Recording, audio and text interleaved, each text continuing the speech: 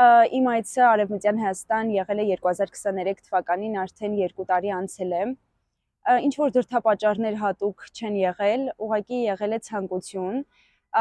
Իմ ամենամեծ ցանկությունը եղել է Արարատը տեսնել հակառակ կողմից, հակառակ կողմից չհասկանաք թշնամու երկրից տեսնելը, այլ ուղղակի տեսնել ամբողջությամբ։ Ես ուղղակի ցանկանում եմ Արարատը տեսնել։ Այցի ինչ որ դրդապատճառներ հատուկ չեն եղել։ Ցանկանում էի տեսնել հայրենիքը, որը մենք ցավոք սրտի կորցրել ենք, եւ ինչ որ մի օր ուղղակի ինձ անակնկալ մատուցեցին, բերեցին տոմսերով, ասացին դու գնում ես քո նպատակի հետևից։ Երբ մենք մտանք Վան,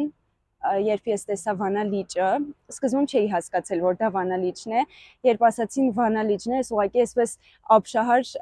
թեքվեցի, նայեցի, ասեցի Վանա լիճն է սա, այսինքն հա ես վերադարձից հետո